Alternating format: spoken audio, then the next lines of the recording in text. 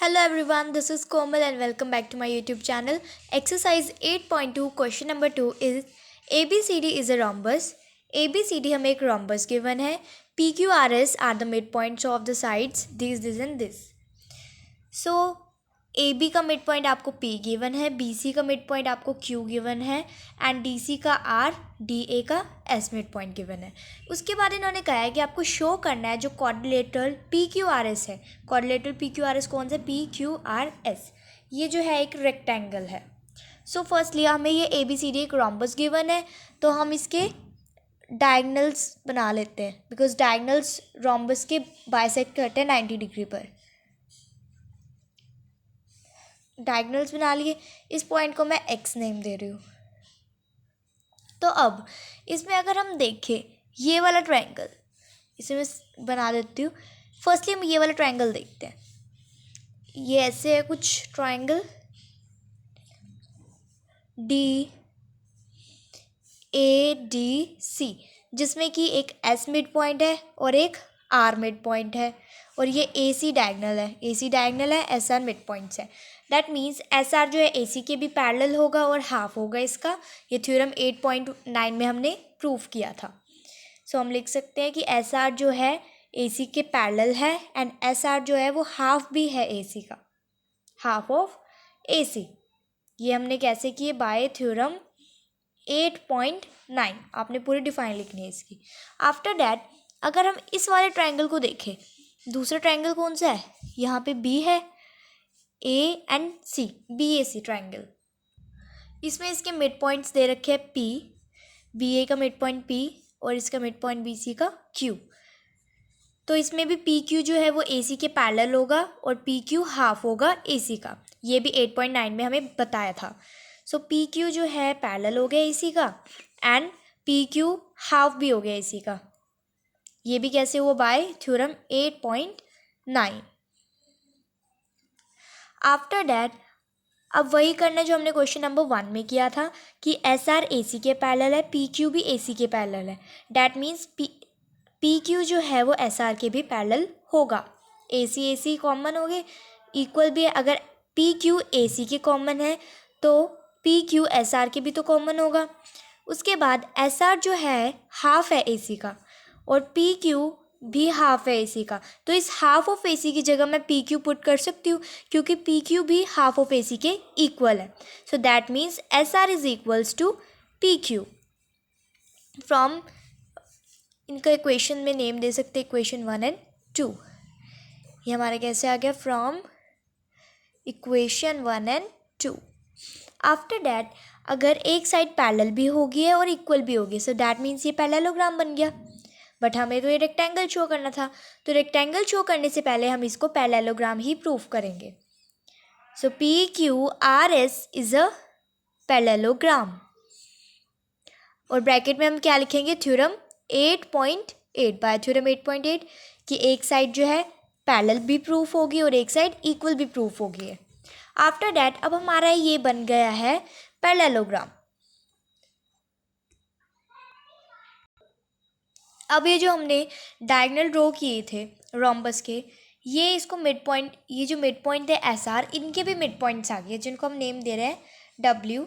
इस पॉइंट को मैंने डब्ल्यू नेम दे दिया, इसे वी, इसको यू एंड एस पी का mid point T. After that अब हमने इसे पैरेललोग्राम प्रूफ कर दिया है. तो अब हम देखेंगे कि डब्ल्यू आर वो भी एक्स वी के पैरेलल होगा. क्यों? क्योंकि अभी हमने देखा कि एस आर जो है ए सी के पैरेलल है तो उसका हाफ भी तो पैरेलल होगा. तो डैट मीन्स डब्ल्यू आर जो है वो एक्स वी के पैरेलल है. So W R is parallel to X V and W R जो है वो एक्स वी के इक्वल भी होगा. W R is equal to X V.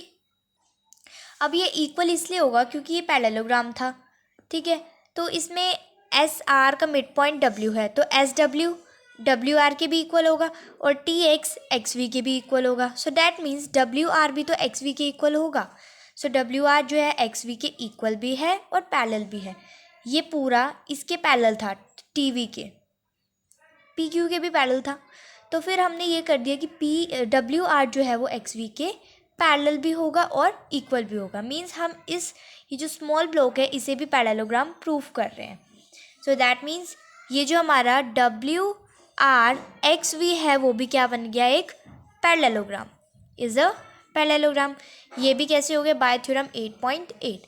अब आफ्टर डैट ये हमें ABCD एक रोम्बस गिवन था, तो इसके जो डायगनल्स है वो 90 डिग्री पे बाइसेक्ट कर रहे हैं सारे, ये उसकी प्रॉपर्टी होती है। सो दैट मीन्स अगर ये वाला एंगल x था, इसका नेम x पॉइंट इसका नेम था, सो अगर ये वाला एंगल 90 डिग्री है, सो इसके सामने वाला एंगल भी तो 90 डिग्री होगा।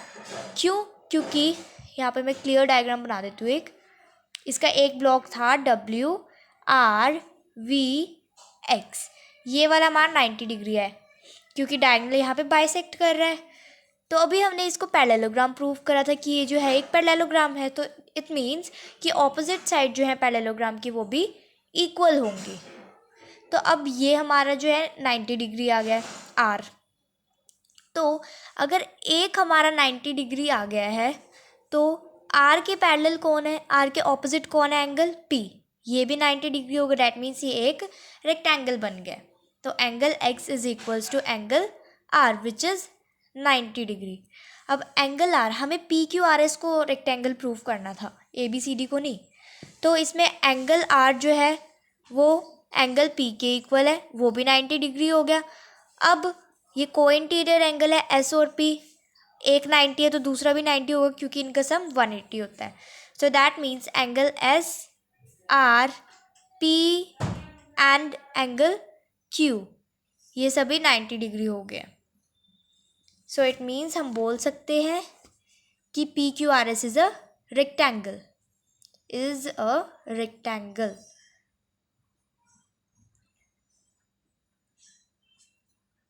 Let's recap this question. सबसे पहले हमें ABCD एक रोम्बस दे रखा था, उसके मिड पॉइंट्स थे PQRS। उसके बाद हमने इसके डायगनल्स ड्रॉ कर लिए जो कि 90 डिग्री पे बाइसेक्ट करते हैं। आफ्टर डैट ये जो डायगनल जो बाइसेक्ट कर रहे हैं वो SR इन लाइंस पे मीट कर रहे हैं, तो मैंने उनको नेम दे दिया W, V, U and T। सबसे पहले मैंने क्या किया कि PQRS को मैंने पैरेललोग्राम प्रूफ किया बाय थ्योरम 8.9 से मैंने ये कर दिया था, क्योंकि SR जो है AC के पैरेलल है, तो दैट मीन्स SR जो है वो PQ के भी पैरेलल होगा।